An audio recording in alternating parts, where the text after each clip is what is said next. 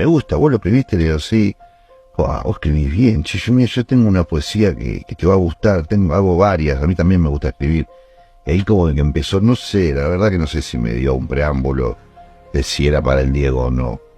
Yo en mi cabeza tengo el recuerdo de estar buscando, o sea, de tener que reconstruirla igual a medida que la iba recitando, porque la canción no dice Maradona, no dice Diego, no dice campeón del mundo, no dice mundial, no dice final, semifinal, no dice nada de eso, dice otras cosas. En todo caso dice Argentina. Se reconstruye en la pintura de un excombatiente viendo el gol a los ingleses.